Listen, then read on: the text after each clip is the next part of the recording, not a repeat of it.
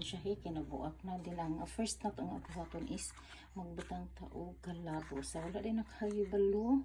Ang kalabo is herbal, kaya nice kayo ni siya gamito na to mga palangga. Asa laing nasud ani ang kalabo is ginakaon, ang kita ginatambal lang nato no. So karon ang atong buhaton is to siyang butang sa paksiw. Paksiw nga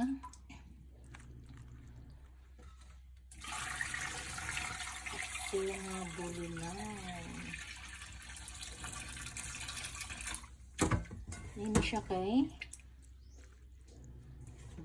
nakapanambal na kawans nga ito na siyang ibutang ya human makaon pa jud nato no, di ba?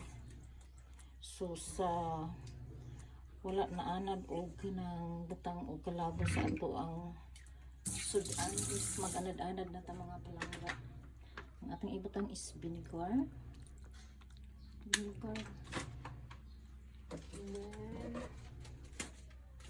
then may nabitsin. Ang atong asin ipahabol na lang ito.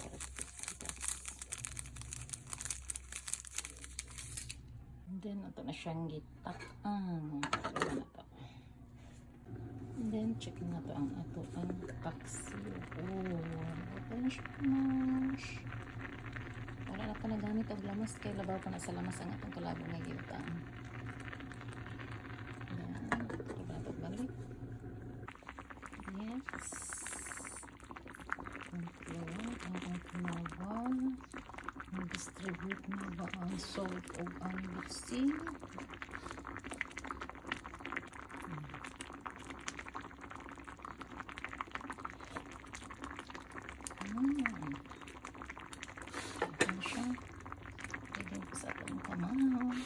Paksiw is ready. Ang sakay reaction sa isa karon kalaban kay na niya ang kalabo mga palangga dili na siya ganahan niya human karon atong gibutang sa paksiw atong tanawon niya ang reaction.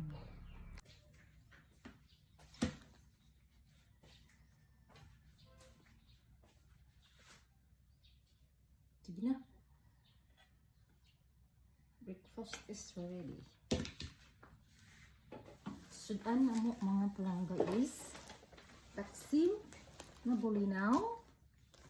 Again, ano na ora jud ni ang pagkaon sa pobre.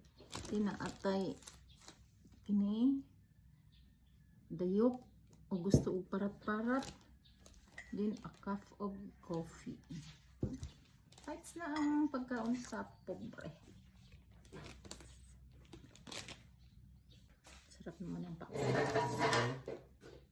Sarap naman ang paksiw. Oh. Good morning. Mama, how?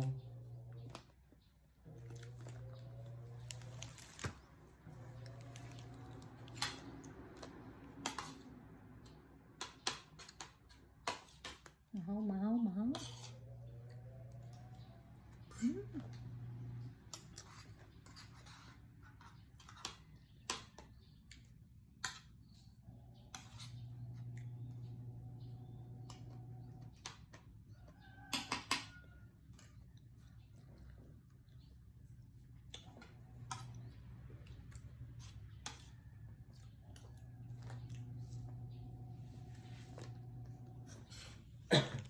Out of order.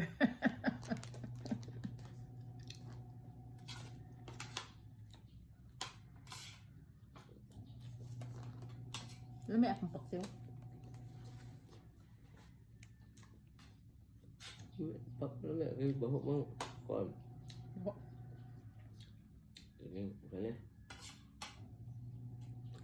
Ngai sa buta ni. Okay na dai. Ini kaon nun. Okay ra dai daw. Ito lang padayon na may kaon.